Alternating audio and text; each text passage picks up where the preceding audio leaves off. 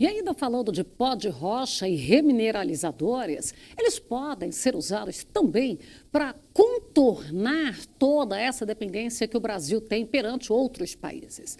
Para isso, eu ainda conversei para trazer mais informações com um geólogo e professor da UNB, que é um especialista quando se fala de rochagem.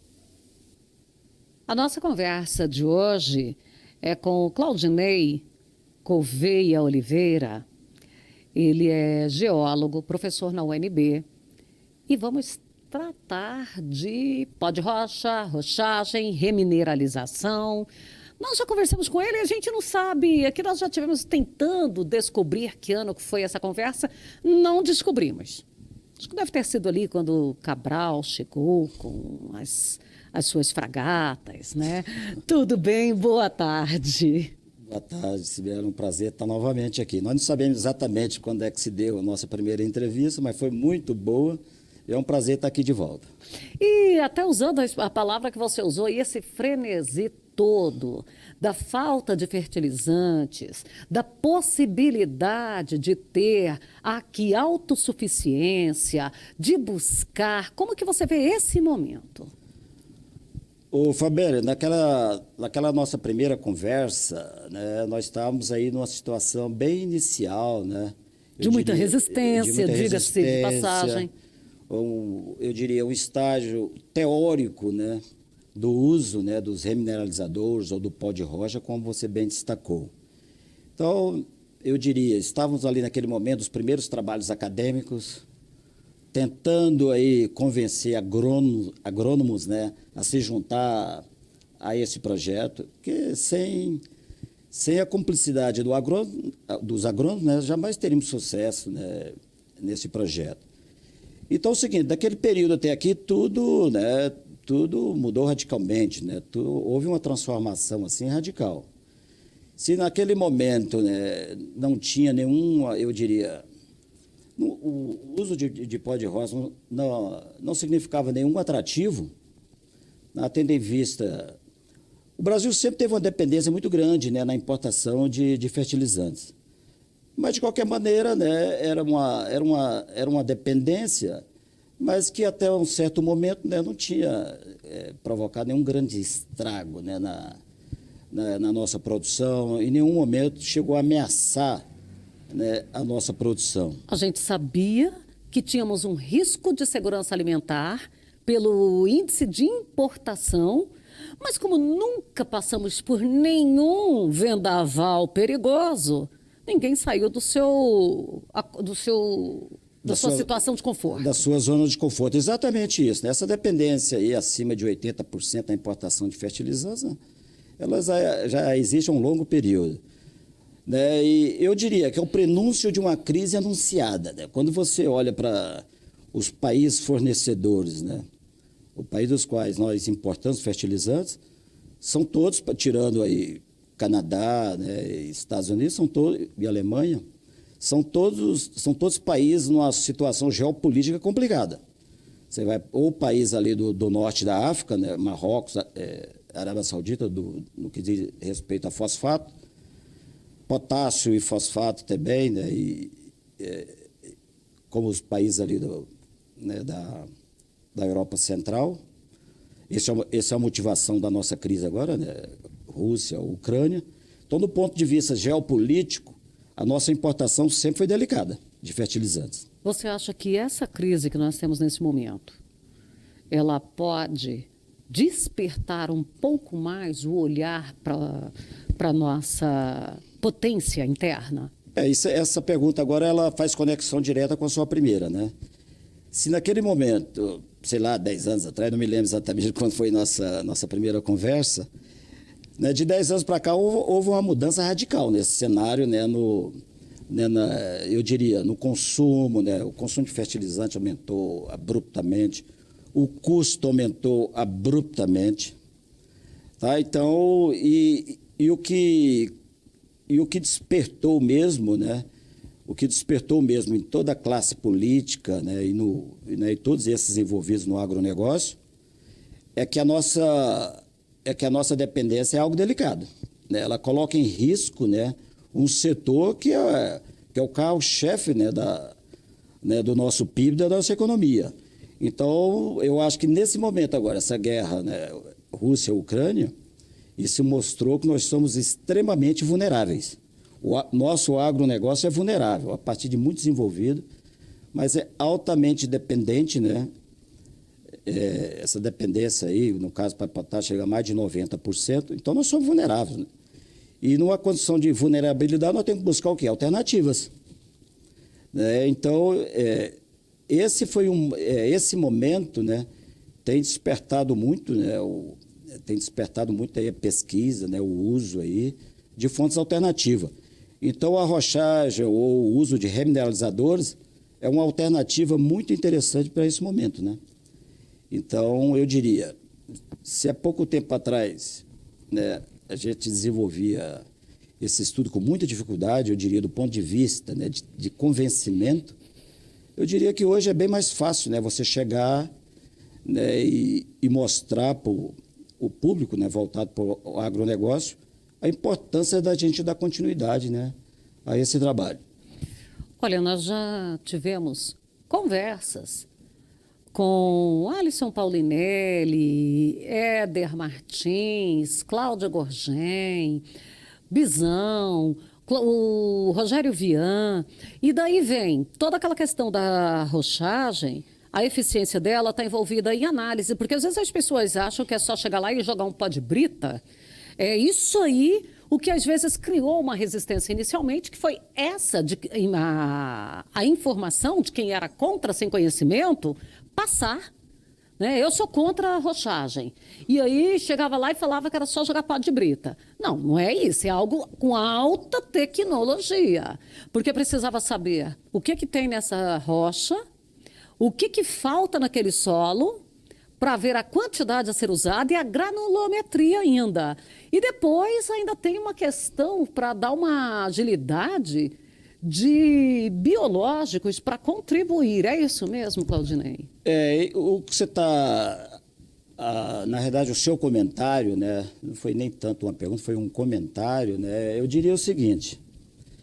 Primeiro, a gente precisa passar por uma definição de rochagem e remineralizadores. Nós temos processos naturais totalmente aí, né, já adotados, né, no meio do agronegócio. Por exemplo, o uso do calcário, a calagem, é um processo natural de rochagem.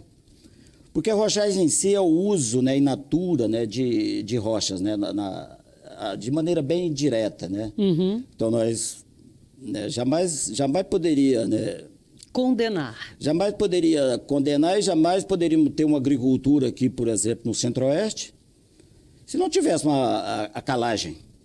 O uso do calcário, né, é in natura. Então, o uso do calcário é um processo de rochagem. Fosfato natural é um processo de rochagem. Fosfato natural, o próprio nome já indica, né, ele é usado in natura. Tá? É uma rocha com maior concentração de fosfato, né? O calcário, ele tem esse propósito aí, né, de correção de pH, mas ele tem um propósito também de introdução de macronutrientes secundários, cálcio, magnésio, eventualmente alguns calcários têm enxofre. Esses são todos procedimentos de rochagem, que estão totalmente já aí, né, absorvidos aí no meio agronômico, no meio do agronegócio. O que nós estamos fazendo com a rochagem nesse momento, Fabélia? Diversificando, ampliando, por exemplo, novas rochas, novos conceitos de utilização realmente de pó de rocha ou de remineralizadores. Então, a esse grupo do calcário, né, do fosfato natural, nós estamos adicionando aí alguns xistos ricos em micas, né, ricos em potássio. Né, nós estamos adicionando aí outras rochas com zeólitas. Né. Nós estamos adicionando uma série de rochas, né, que tem características, eu diria, extremamente interessantes, porque você mesmo já colocou, o grande ponto de interrogação, por exemplo, da rochagem seria em termos de a solubilidade. Tá? E né, nós, de maneira geral, né, os fertilizantes convencionais, eu gosto de utilizar esse termo convencional, o NPK, né, ele é de altíssima solubilidade, são sais altamente solúveis. E na rochagem nós trabalhamos aí com a grande maioria, né, com silicatos. Mas silicatos, muitos deles apresentam uma solubilidade intermediária, não no meio inorgânico, em água natural. Mas outro ponto que você colocou no seu comentário, por exemplo, com plantio direto, né, um grande volume de substâncias úmicas no solo. A adição de rochas silicáticas, né, a esse meio, o processo de solubilidade é outro, né, é totalmente outro, né? O processo de solubilização ele é intensificado assim, de maneira extremamente... Né, fator de grandeza, e alguns fatores de grandeza aí, né? Então, é o seguinte, isso aí tem modificado o manejo, a forma de cultivo, né? E, de certa forma, tem aberto aí realmente as portas para a diversificação da rochagem. Então, o que nós estamos falando, o que nós estamos fazendo é diversificando, porque a rochagem já vem sendo feita aí há séculos, quiçá milênios. Era justamente isso que eu ia te questionar, a aceitação por parte do produtor, dos consultores, dos engenheiros, agrônomos, dos técnicos agrícolas. O Fabélio, é o seguinte, a rochagem ela é da interface, né, de campos de atuação. Por exemplo, eu sou geólogo, né, eu tenho que lidar com os agrônomos, então já tem, tem naturalmente uma certa resistência. O que esse cara, né, que esse quebrador de pedra está querendo aqui no nosso universo, né? Áreas de interface são as mais interessantes, são as mais cativantes, mas são as mais complexas do ponto de vista de aceitação. Eu sempre falei, por exemplo, com os colegas da rochagem, né, quando, no início, né, relacionando com a turma da Embrapa, né, e outros aí, e outros colegas, né, de outras instituições. Quando realmente convencermos um certo grupo de agrônomos da aplicabilidade, da eficácia, né, da eficiência em si da rochagem, eu me retiro desse estudo momentaneamente, né, e deixo aí, né, sob o comando dos agrônomos. E quando eu comecei a perceber que vários agrônomos já estavam adotando algumas rochas, aí eu quero a ultramáfica alcalina, eu quero o mica xisto, eu prefiro. Então eu vi que eu percebi que nós estávamos realmente alcançando nossos objetivos.